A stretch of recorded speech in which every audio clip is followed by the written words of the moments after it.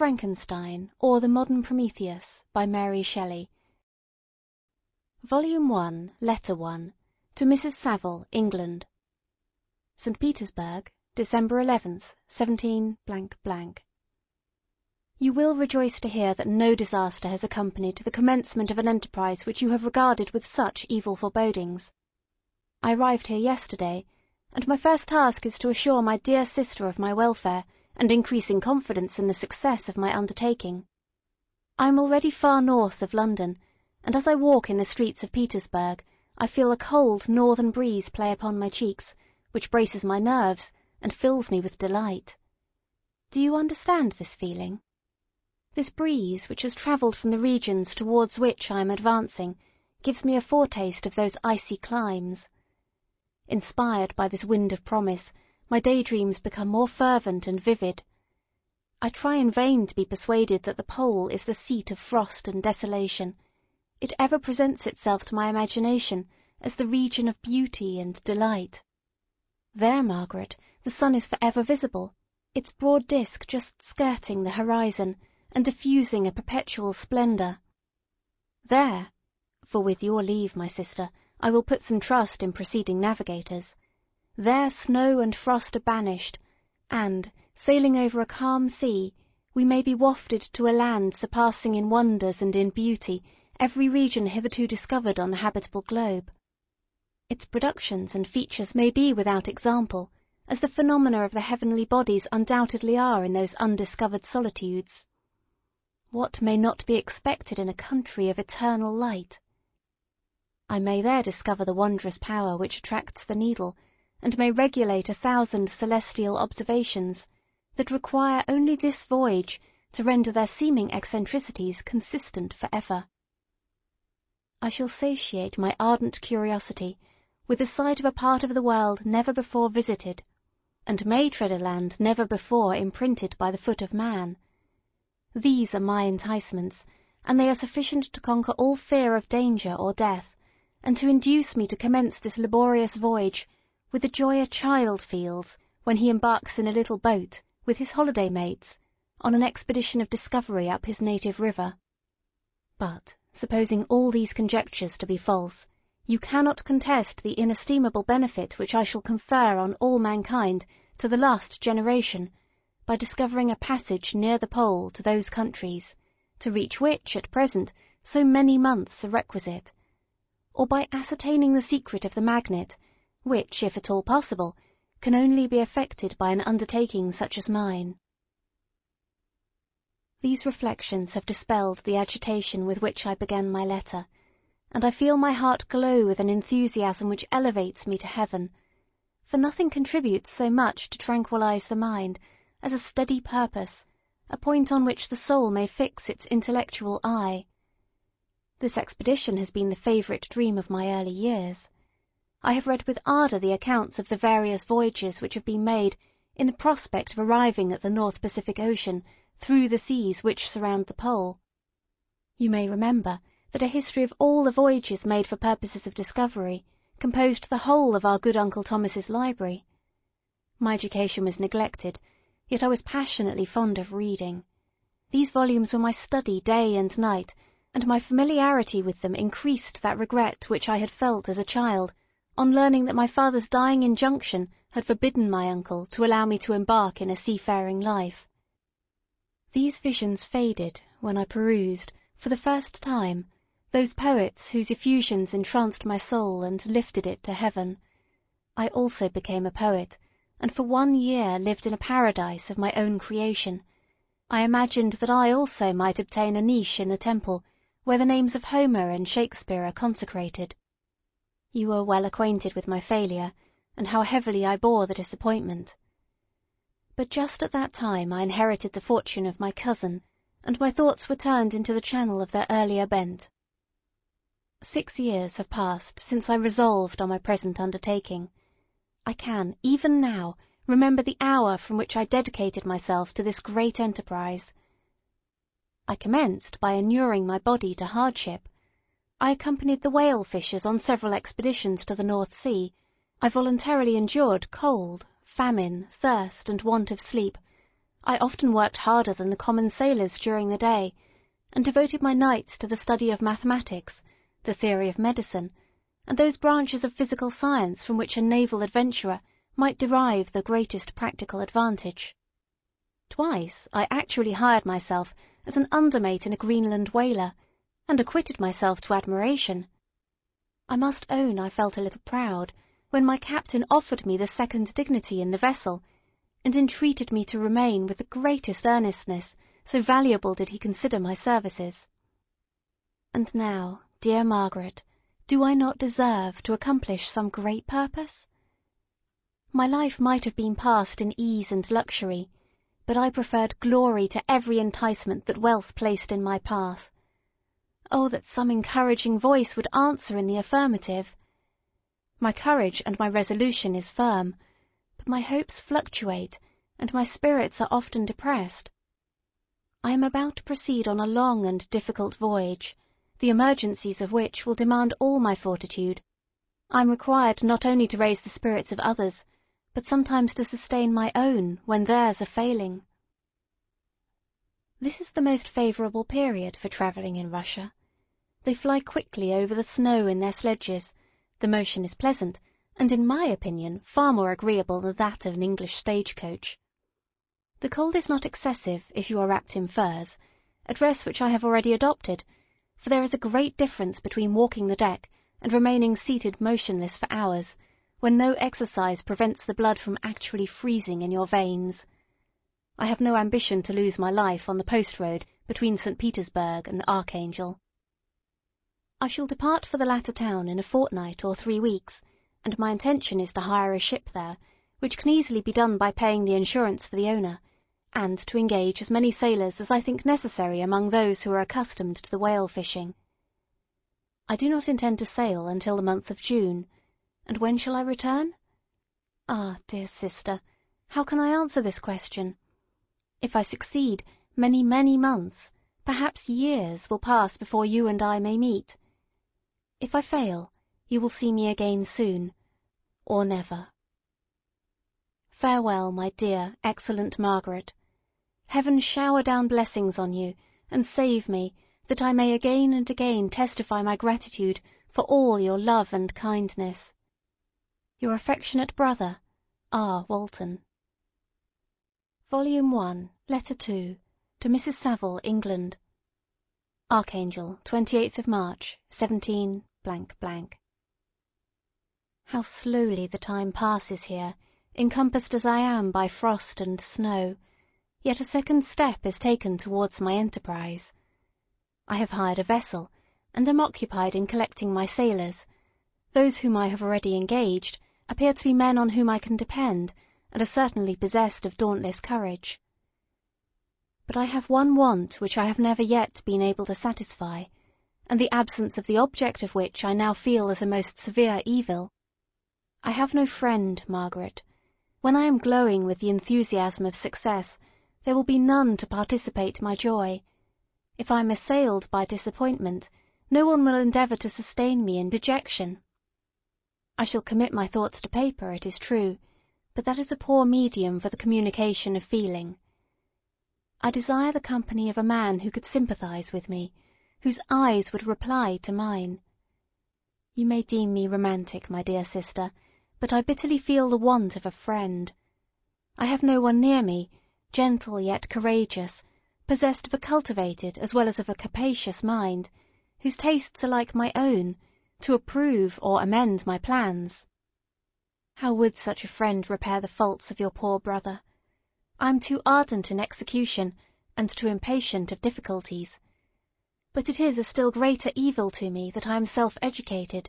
For the first 14 years of my life I ran wild on a common, and read nothing but our Uncle Thomas's books of voyages. At that age I became acquainted with the celebrated poets of our own country. But it was only when it had ceased to be in my power to derive its most important benefits from such a conviction that I perceived the necessity of becoming acquainted with more languages than that of my native country. Now I am 28, and am, in reality, more illiterate than many schoolboys of 15.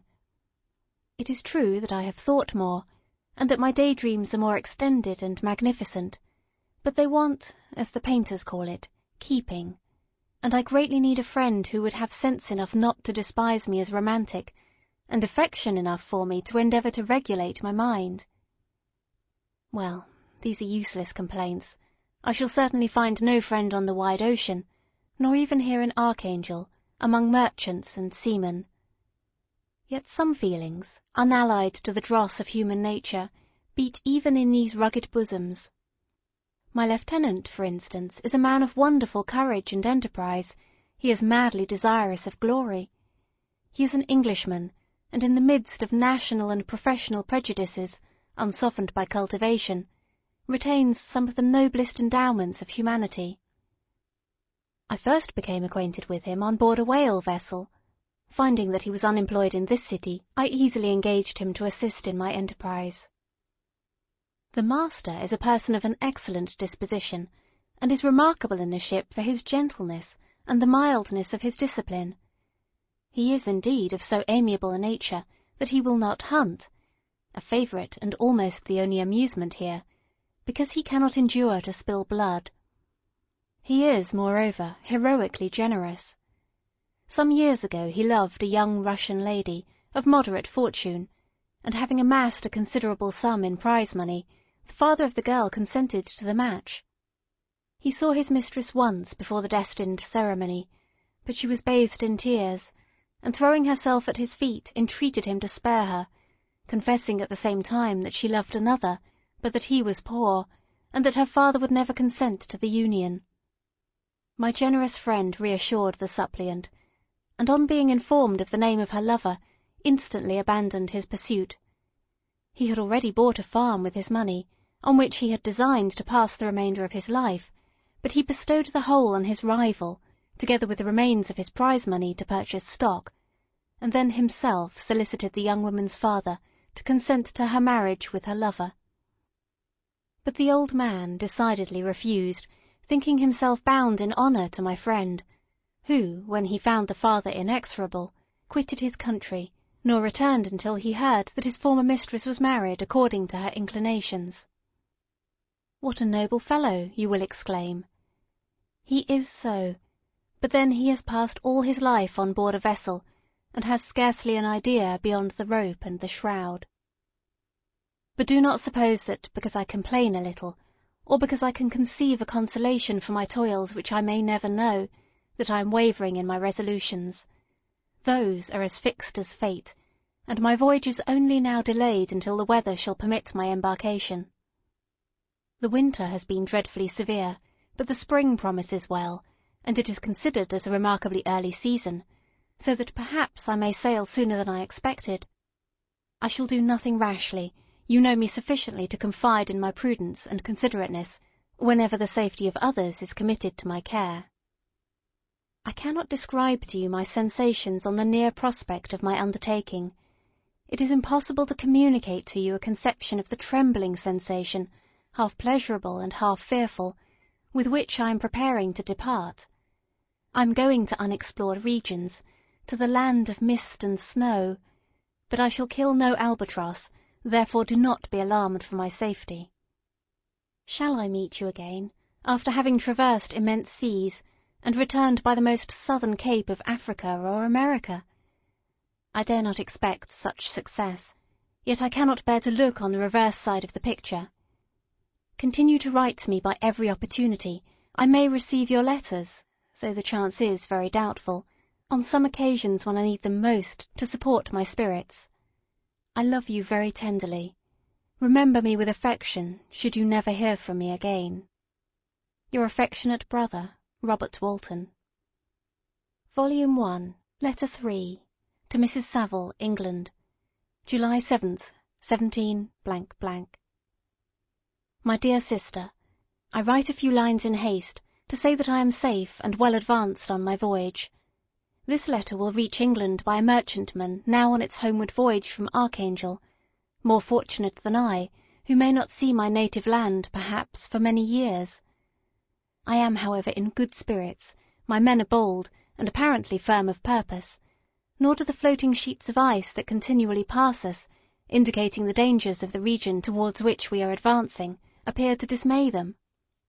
We have already reached a very high latitude, but it is the height of summer, and, although not so warm as in England, the southern gales, which blow us speedily towards those shores which I so ardently desire to attain, breathe a degree of renovating warmth which I had not expected. No incidents have hitherto befallen us that would make a figure in a letter. 1 or 2 stiff gales and the breaking of a mast are accidents which experienced navigators scarcely remember to record, and I should be well content if nothing worse happened to us during our voyage. Adieu, my dear Margaret. Be assured that, for my own sake as well as yours, I will not rashly encounter danger. I will be cool, persevering, and prudent. Remember me to all my English friends. Most affectionately yours, R. W. Volume 1, Letter 4, to Mrs. Saville, England. August 5th, 17 . So strange an accident has happened to us that I cannot forbear recording it, although it is very probable that you will see me before these papers can come into your possession. Last Monday, July 31st, we were nearly surrounded by ice, which closed in the ship on all sides, scarcely leaving her the sea-room in which she floated. Our situation was somewhat dangerous, especially as we were compassed round by a very thick fog. We accordingly lay to, hoping that some change would take place in the atmosphere and weather. About 2 o'clock the mist cleared away, and we beheld, stretched out in every direction, vast and irregular plains of ice, which seemed to have no end.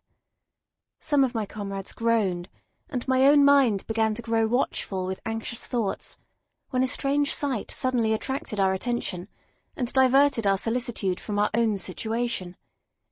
We perceived a low carriage, fixed on a sledge and drawn by dogs, pass on towards the north, at the distance of half a mile.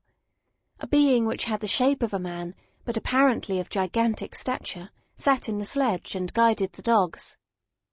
We watched the rapid progress of the traveller with our telescopes, until he was lost among the distant inequalities of the ice.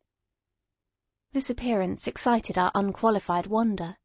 We were, as we believed, many 100 miles from any land, but this apparition seemed to denote that it was not, in reality, so distant as we had supposed.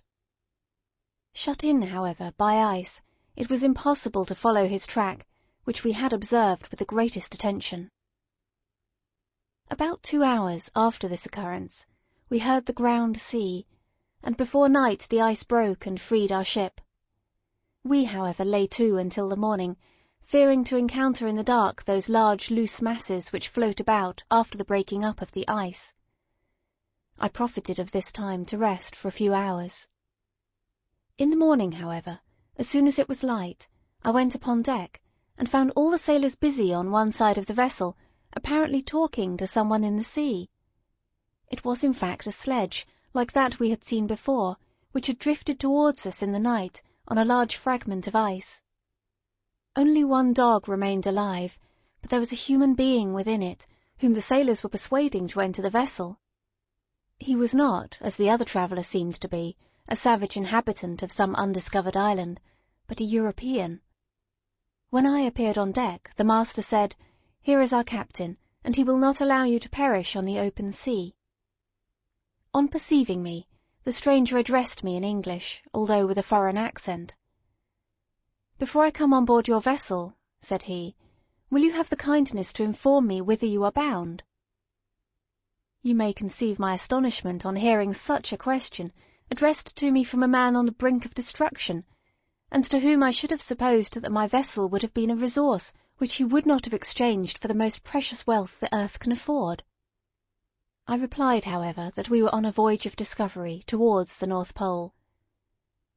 Upon hearing this, he appeared satisfied, and consented to come on board. Good God! Margaret, if you had seen the man who thus capitulated for his safety, your surprise would have been boundless. His limbs were nearly frozen, and his body dreadfully emaciated by fatigue and suffering. I never saw a man in so wretched a condition.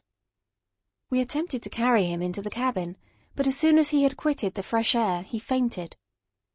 We accordingly brought him back to the deck, and restored him to animation by rubbing him with brandy, and forcing him to swallow a small quantity. As soon as he showed signs of life, we wrapped him up in blankets and placed him near the chimney of the kitchen stove. By slow degrees he recovered and ate a little soup, which restored him wonderfully. 2 days passed in this manner before he was able to speak, and I often fear that his sufferings had deprived him of understanding. When he had in some measure recovered, I removed him to my own cabin, and attended on him as much as my duty would permit. I never saw a more interesting creature. His eyes have generally an expression of wildness, and even madness, but there are moments when, if any one performs an act of kindness towards him, or does him any the most trifling service, his whole countenance is lighted up, as it were, with a beam of benevolence and sweetness that I never saw equalled. But he is generally melancholy and despairing, and sometimes he gnashes his teeth, as if impatient of the weight of woes that oppresses him. When my guest was a little recovered, I had great trouble to keep off the men, who wished to ask him 1,000 questions, but I would not allow him to be tormented by their idle curiosity, in a state of body and mind whose restoration evidently depended upon entire repose. Once, however, the lieutenant asked why he had come so far upon the ice in so strange a vehicle. His countenance instantly assumed an aspect of the deepest gloom, and he replied, to seek one who fled from me. And did the man whom you pursued travel in the same fashion? Yes. Then I fancy we have seen him, for the day before we picked you up we saw some dogs drawing a sledge with a man in it across the ice. This aroused the stranger's attention, and he asked a multitude of questions concerning the route which the demon, as he called him, had pursued. Soon after, when he was alone with me, he said, I have, doubtless, excited your curiosity, as well as that of these good people, but you are too considerate to make inquiries. Certainly, it would indeed be very impertinent and inhuman in me to trouble you with any inquisitiveness of mine. And yet you rescued me from a strange and perilous situation. You have benevolently restored me to life. Soon after this he inquired if I thought that the breaking up of the ice had destroyed the other sledge. I replied that I could not answer with any degree of certainty, for the ice had not broken until near midnight, and the traveller might have arrived at a place of safety before that time, but of this I could not judge. From this time the stranger seemed very eager to be upon deck, to watch for the sledge which had before appeared, but I have persuaded him to remain in the cabin, for he is far too weak to sustain the rawness of the atmosphere. But I have promised that someone should watch for him, and give him instant notice if any new object should appear in sight. Such is my journal of what relates to this strange occurrence up to the present day. The stranger has gradually improved in health, but is very silent, and appears uneasy when anyone except myself enters his cabin. Yet his manners are so conciliating and gentle that the sailors are all interested in him, although they have had very little communication with him. For my own part, I begin to love him as a brother, and his constant and deep grief fills me with sympathy and compassion. He must have been a noble creature in his better days, being now in wreck so attractive and amiable. I said in one of my letters, my dear Margaret, that I should find no friend on the wide ocean. Yet I have found a man who, before his spirit had been broken by misery, I should have been happy to have possessed as the brother of my heart. I shall continue my journal concerning the stranger at intervals, should I have any fresh incidents to record. August 13th, 17 . My affection for my guest increases every day. He excites at once my admiration and my pity to an astonishing degree. How can I see so noble a creature destroyed by misery without feeling the most poignant grief? He is so gentle, yet so wise, his mind is so cultivated, and when he speaks, although his words are culled with the choicest art, yet they flow with rapidity and unparalleled eloquence. He is now much recovered from his illness, and is continually on the deck, apparently watching for the sledge that preceded his own. Yet, although unhappy, he is not so utterly occupied by his own misery, but that he interests himself deeply in the employments of others. He has asked me many questions concerning my design, and I have related my little history frankly to him. He appeared pleased with the confidence, and suggested several alterations in my plan, which I shall find exceedingly useful. There is no pedantry in his manner, but all he does appears to spring solely from the interest he instinctively takes in the welfare of those who surround him. He is often overcome by gloom, and then he sits by himself, and tries to overcome all that is sullen or unsocial in his humour. These paroxysms pass from him like a cloud from before the sun, though his dejection never leaves him. I have endeavoured to win his confidence, and I trust that I have succeeded. One day I mentioned to him the desire I had always felt of finding a friend who might sympathize with me, and direct me by his counsel. I said I did not belong to that class of men who are offended by advice. I am self-educated, and perhaps I hardly rely sufficiently upon my own powers. I wish therefore that my companion should be wiser and more experienced than myself, to confirm and support me, nor have I believed it impossible to find a true friend. I agree with you, replied the stranger, in believing that friendship is not only a desirable, but a possible acquisition. I once had a friend, the most noble of human creatures, and am entitled, therefore, to judge respecting friendship. You have hope, and the world before you, and have no cause for despair. But I have lost everything, and cannot begin life anew. As he said this, his countenance became expressive of a calm, settled grief that touched me to the heart. But he was silent, and presently retired to his cabin. Even broken in spirit as he is, no one can feel more deeply than he does the beauties of nature. The starry sky, the sea, and every sight afforded by these wonderful regions seems still to have the power of elevating his soul from earth. Such a man has a double existence. He may suffer misery, and be overwhelmed by disappointments, yet when he has retired into himself, he will be like a celestial spirit that has a halo around him, within whose circle no grief or folly ventures. Will you laugh at the enthusiasm I express concerning this divine wanderer? If you do, you must have certainly lost that simplicity which was once your characteristic charm. Yet, if you will, smile at the warmth of my expressions, while I find every day new causes for repeating them. August 19th, 17 . Yesterday the stranger said to me, "You may easily perceive, Captain Walton, that I have suffered great and unparalleled misfortunes. I had determined once that the memory of these evils should die with me, but you have won me to alter my determination. You seek for knowledge and wisdom as I once did, and I ardently hope that the gratification of your wishes may not be a serpent to sting you, as mine has been. I do not know that the relation of my misfortunes will be useful to you, yet, if you are inclined, listen to my tale.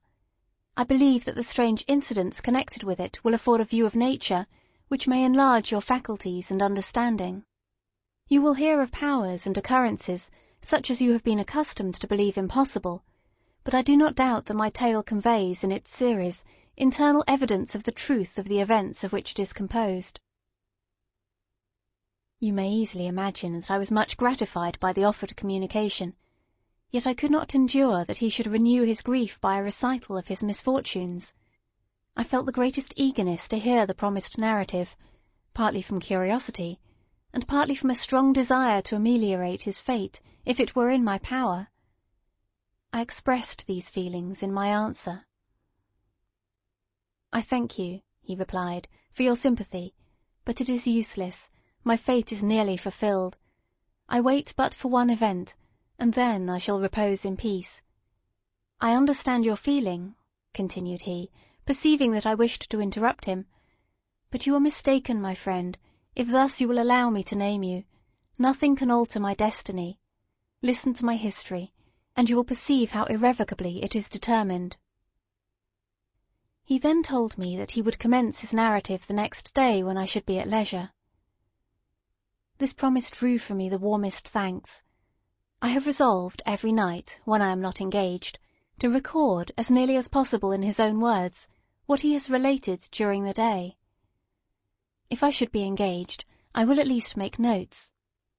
This manuscript will doubtless afford you the greatest pleasure, but to me, who know him, and who hear it from his own lips, with what interest and sympathy shall I read it in some future day?